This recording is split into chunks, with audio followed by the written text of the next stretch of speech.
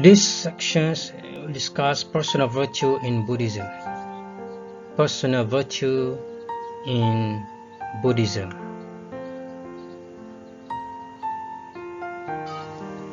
Personal virtue in Buddhism. Personal virtue is a necessary element in the conditions in which the social virtue can flourish. One must cultivate certain personal qualities in order to prevent one's feeling from obstructing one's will to be of benefit to others. Again, one must cultivate certain personal qualities in order to prevent one's feeling from obstructing one's will to be of benefit to others. Such debilitating feeling can be about others, for example, feeling that others do not deserve what I do for them, or about oneself, for example, feeling that I am not up to the task of what others need from me. So these are negative feelings that can obstruct someone from give benefit to others. Personal virtue is thus concerned with cultivating detachment from the disturbing feelings of judgment and discouragement that inevitably arise in the life of virtue. So this personal virtue is concerned with cultivating detachment to get out from these disturbing feelings, from these negative feelings of judgment that can hinder, that can obstruct them from doing good. This critical detachment has a variety of aspects, however, including humility, equanimity in the face of success and failure, flexibility about immediate courses of action, and so on. Ethical items of Buddhist personal ethics can be found in two categories, namely in the form of moral precepts and in a general perspective existing in the Buddha's teachings. While the former is expressed in a negative formulation, the latter is presented in positive form. For that reason, the discussion on the Buddhist personal code of ethics will be divided into these two categories. Okay, so we can see basically two aspects or two categories of Buddhist ethics, personal ethics. One we can see from moral precepts, there's organized precepts, and the others from Buddha's teachings, from general perspective that exists, can be found in the Buddha's teachings. The category 1, the personal code of ethics in the form of moral precepts. Buddhism has various types of moral precepts that should be observed by all Buddhists, including monks, nuns, and the laity. That is the normal, the layman, the public. The moral precepts of monks and nuns are different from that of the laity. It is not an easy task to classify the Buddhist ethical system, for there are various types of moral precepts with a variety of names and ideas, and sometimes they overlap one another. Despite this difficulty, however, it is still possible to draw or to trace ethical items of personal ethics which are embodied in the fundamental moral precepts of Buddhism. So we can see here the 5 precepts like Panchasila. These very basic precepts, fundamental precepts in Buddhism.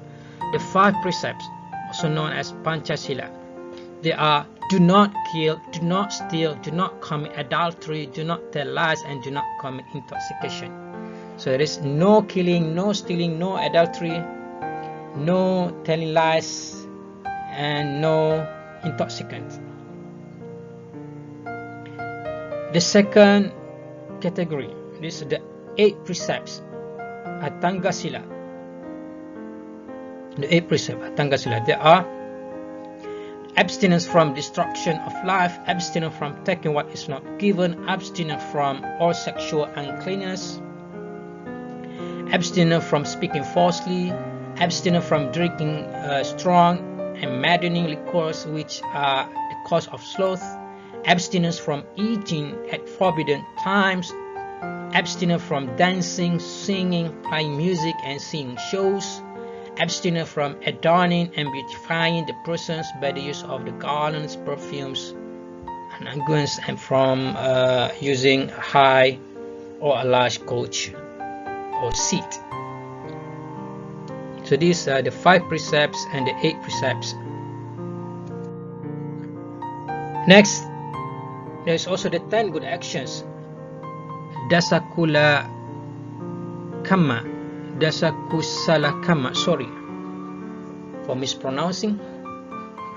There are like abstinence from taking life, abstinence from taking what is not given, abstinence from adultery or unlawful sexual relations or sexual misconduct, abstinence from speaking falsely or lying, abstinence from slandering, abstinence from abuse or harsh speech, abstinence from foolish talking or frivolous gossip or idle talk, abstinence from covetousness, abstinence from ill will or malice or malevolence, and abstinence from being skeptical or to have right views. So this is the 10 good actions. The 5 precept, which is also known as the treasure of virtue, or the 5 virtues, is regarded as the simplest companion of the Buddhist morality and the core moral values in Buddhism. This is the 5 precepts. It's very fundamental. This precept is regarded as a moral training that is voluntarily undertaken by every Buddhist, and there is no religious external sanction which will be imposed on the laity who transgress them. However, Buddhism believes that those who observe this precept will get many benefits. On the other hand, ill effects will follow on those who transgress them. So we can read quotation from Esther Chibana, Peter Harvey, so on. While the 5 precepts should be practiced in daily life, the 8 precepts may be observed by the laity, that is the lay person, the public, on special days known as the Upavasata days. The laity who observe the 8 precepts are thought to be more humble, more faithful, and more devout than those who only observe the 5 precepts. However, moral teaching which are embodied in the 5 precepts and the 8 precepts merely cover bodily actions. Therefore, the 10 good actions, Dasakusala Kamma, is seen as a complementary moral system in Buddhism, for it includes not only bodily actions but also actions related to speech and talk. The above 3 major sets of moral precepts can be concluded as the basic personal ethics that should be observed and practiced by every Buddhist. Thus, every Buddhist is prohibited from doing or from performing, or to use the precept phrase, to abstain or to refrain from all the above mentioned bad actions or unwholesome conduct.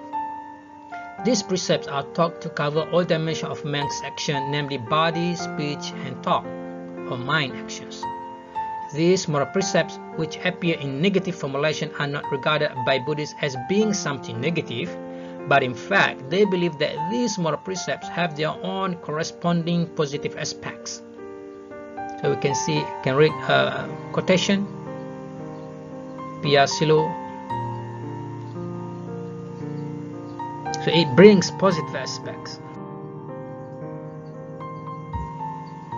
Basically, there are 11 ethical items of personal ethics, excluding the last 3 precepts of the 8 precepts that can be drawn from the above 3 sets of moral precepts. This item can be combined and categorized into 2 main groups of bad or unwholesome conduct, and it is opposite good or wholesome conduct. The former needs to be avoided, whereas the latter needs to be cultivated, and each can be further divided into 3 other groups belonging to bodily, verbal, and mental actions. So this is the categorization. First, good or wholesome conduct. This to be cultivated. Further divided into 3 aspects, that's bodily actions, verbal actions, meta actions. So under bodily actions, kaya, you can see 4 types of good conduct here. There is loving kindness, generosity, stillness, simplicity, and contentment, and abstinence from taking intoxicating liquors. Then verbal action, vachi, truthfulness, communication, words unifying and harmonious, gentle and loving words, beneficial talk. And third, mental actions, manas, striving for unselfishness, goodwill, right views. So these another categories. We have bodily action, verbal actions, and mental actions. And this is the general personal code of ethics. This is the second category. We have seen the first category, the ethics in the form of precepts. There are many precepts, and good action, bad action, and so on. So now, general personal code of ethics. So the second category of the personal code of ethics is expressed in positive form. Unlike the first category, this category is not fixed and in fact covers various kinds of wholesome conduct. Yeah.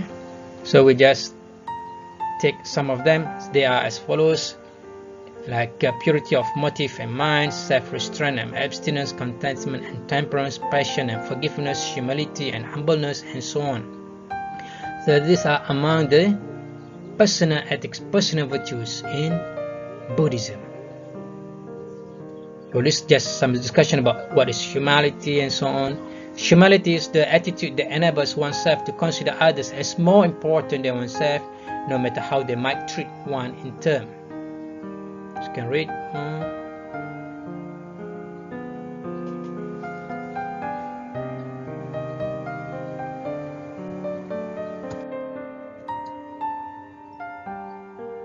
These quotations, for example, regarding all sentient beings as excelling even the wish-granting game for accomplishing the highest aim, may I always hold them most dear. So you can read all the way through.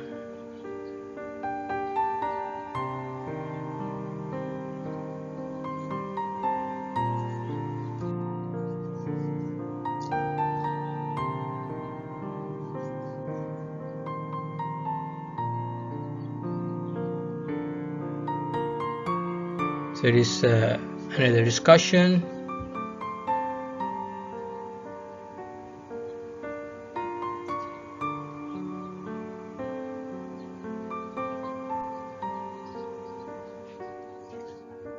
Now, good and bad in Buddhism. Good and bad in Buddhism.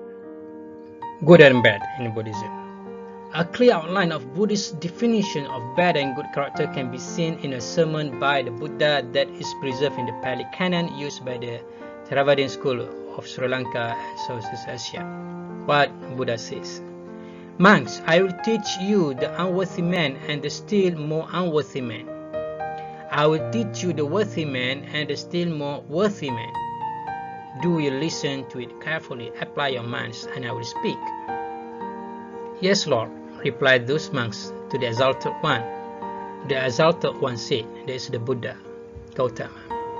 And of what sort monks is the unworthy man? Here, an assertive person is one who takes life, steals, is a wrongdoer, thus incensed desires, is a liar, is given to the use of liquor, fermented and distilled, causing negligence. This one is called the unworthy man. And of what sort monks is the still more unworthy man? Here, an assertive person is one who takes life and so forth, and further encourages another to do the same. So this one is called the still more unworthy man. And of what sort monk is worthy man? Herein a certain person is one who abstains from taking life, from stealing, and so forth. This one is called the worthy man. And of what sort monks is the still more worthy man? Herein a certain person not only himself abstains from taking life and so forth, but also encourages others to abstain from so doing. This one is called the still more worthy man. Yeah, so this is about unworthy and more unworthy man, and about worthy and more worthy man.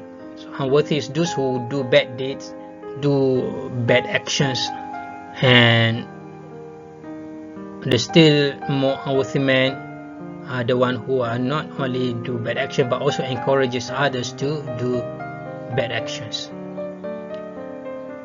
And the worthy man is the one who do good actions, and the still more worthy men are the one who not only do good actions but also encourage others to do good actions. So this is good and bad in Buddhism. So this discussion of bad and good character is grounded in the set of 5 precepts, based on 5 precepts. They are expression of the minimum that is required of us, of Buddhists, to avoid doing harm to others and to ourselves. In the context of character, however, 2 other points need to be emphasized. First, this brief discussion makes it clear that character is a matter of consistent behavior. So need to be consistent. A certain person is given to, whether this behavior is good or bad. Second, this discussion introduces the idea that character is a matter of whether or not one benefits others in one's interaction with them. This latter aspect of character manifests itself in other virtues that express one's openness to others, most notably in gratitude and kindness to others. In the Buddhist tradition, the empathy, openness to others that helps others without expecting any reciprocation is more astonishing and more admirable than the mutuality that structures pattern of grateful behavior.